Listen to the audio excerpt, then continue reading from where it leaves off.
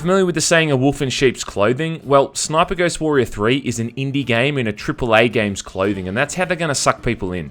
You'll see the screenshots and maybe some of the gameplay footage, and you'll think it looks like a big budget Ubisoft game like Far Cry or Watch Dogs, and yeah, truth be told, this is a game with an open world and a fair bit of polish, at least in terms of certain aspects of the game's presentation.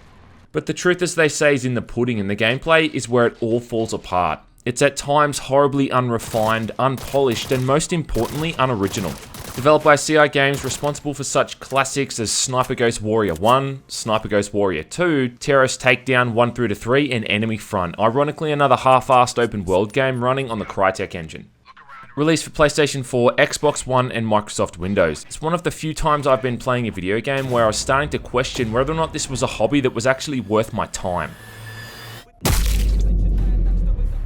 I don't know where to start picking this one apart. Do I start with the character models that look like they're from 2006? Do I talk about how basic controls simply refuse to function at times? How about the clunkiness and unintuitive design of the game's various interfaces, or the fact that it hasn't got an original bone in its body? That's right, everything in Sniper Ghost Warrior 3 has been done before and better. It takes elements you'll have seen in countless other open world FPS games, from driving around, taking over outposts, collecting hidden weapons and items scattered at random throughout the game world, through to basic things like parkour and sliding down zip lines.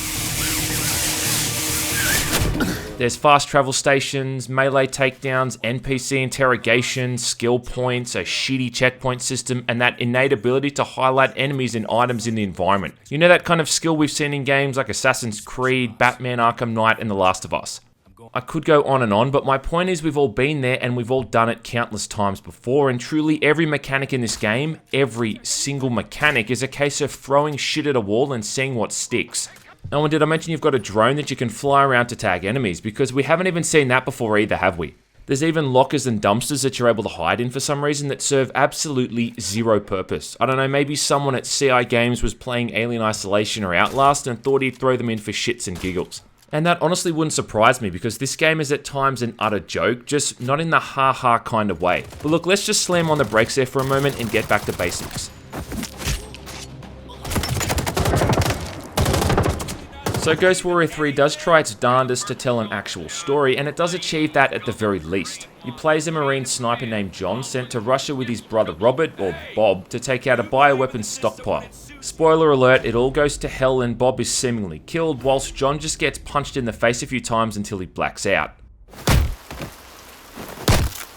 Jump forward 2 years and John is now in Georgia, fighting the local militia, handed out his orders by a guy named Sims, who we never even see in person, and working alongside a woman named Lydia and a woman named Raquel, who both look like fashion models. From this point, the game falls into fairly predictable and familiar open world fare. You've got a base of operations where you can begin new missions and also craft ammo, purchase and upgrade new weapons and items, as well as sleep to regain health. Though the only time I needed to do this in the entire game was when the game's tutorial mode forced me to. Broken down into 4 acts, each comprised of roughly 6 or 7 main missions and spanning across 3 different locations. You'll uncover some kind of plot regarding super soldiers and secret societies, all of which is utterly boring simply because all of the cinematics are delivered through a stagnant first-person perspective with practically no emotion or sense of attachment to anyone involved. The couple of plot twists in the game can be seen coming a mile away, and the half-assed animation and voice acting during these pivotal moments takes away any kind of shock or surprise they could have possibly hoped to have. It's not your fault. It was on my watch. Stop. I'm way too fucking mad to feel sorry for you. I wasn't lying before though when I said that this was a good looking game. It really is, even if the performance isn't exactly all that consistent. Running on whatever the latest version of the Crytek engine is, Ghost Warrior 3 shows off a surprisingly high amount of environmental detail, with things like muddy tyre tracks covering the game's many dirt roads, and some realistic and impressive looking effects for snow and rain. What weapons there are in the game have been modelled quite well, with a bunch of various scopes and attachments all looking quite believable, so it's got top marks in that department. However, it has some of the longest loading times I've seen in a video game in recent memory. I mean, each time you enter a new area, you can often expect it to take up to 5 minutes to load. Yes, 5 whole goddamn minutes. I timed it. So when you're loading the game, go make yourself a cup of tea or a nice Reuben sandwich, or else sit there staring at a progress bar the entire time like an idiot. In terms of the gameplay, it's at least easy enough to pick up and play. John can carry 3 weapons in total, a sniper rifle of some kind, an assault rifle or shotgun, and some kind of pistol. Using a particular weapon is linked to a particular skill tree, those being Sniper, Ghost, and Warrior, just like the title. Sniper is attributed to, well, obviously using your sniper rifles, and this is earned from making kills directly with these kind of weapons.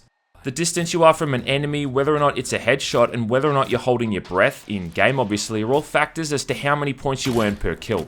The game does include some kind of bullet drop system, and you have to adjust your scope's elevation to compensate, along with allowing for wind resistance as well. Look at me bringing up all this ballistics jargon as if I actually know what the hell I'm talking about.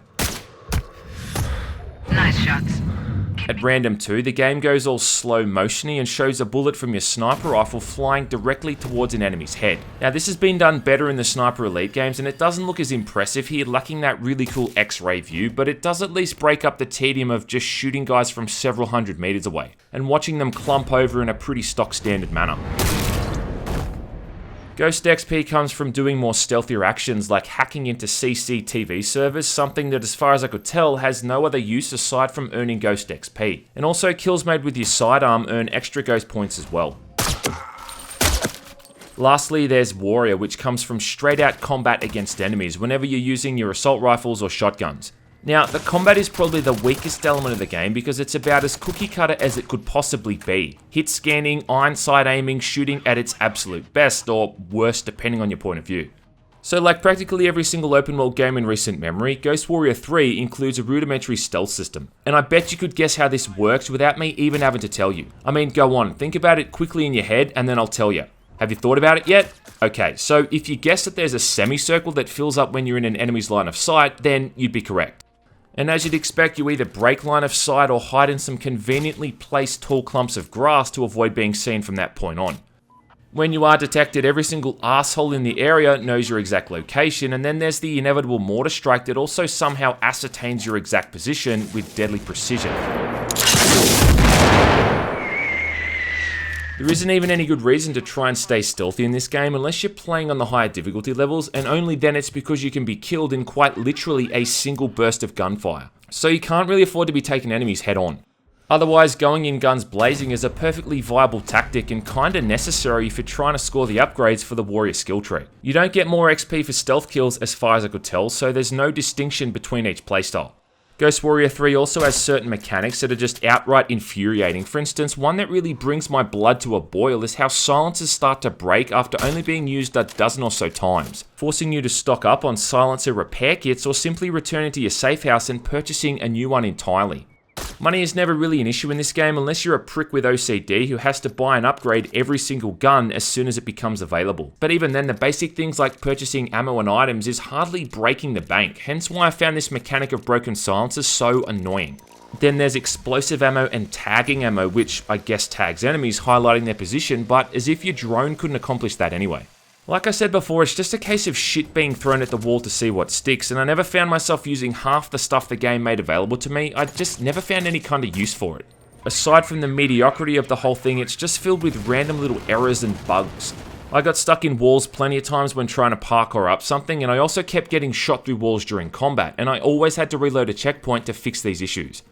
The unholiest of unholies, however, perhaps being a bit of a minor spoiler here, is that there's not even any kind of end boss fight. Despite there being this huge lead up to the evil secret society you're investigating and this conspiracy surrounding this super soldier experiment, the antagonist meets his demise in a goddamn cinematic. If that isn't the icing on the cake, then I don't know what is.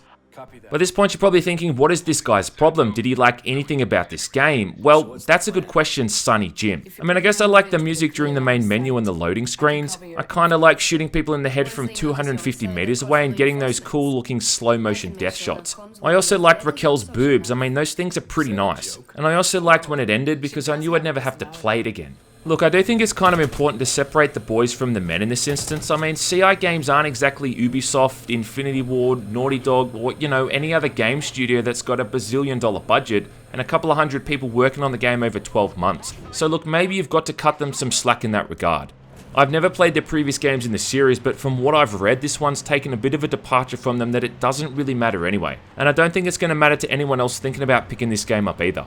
Sniper Ghost Warrior 3 is far from the worst game ever made, but it's just one of the most average games ever made, and as a result, it's absolute bargain bin type stuff. There's no multiplayer mode or co-op, and about all you can do once you finish the story, which took me roughly 8 or so hours, is to go back and accomplish all those little side tasks. I will admit I did kind of blaze through the campaign, so you could easily spend upwards of double that time if you did all the side stuff along the way. At the end of the day, shooting people in the head in slow motion is always going to be entertaining, and this game does do that very well, but just don't expect it to offer up anything you haven't seen before. I'd say if you see it on sale for like 75% off and have a weekend to kill, then consider picking it up.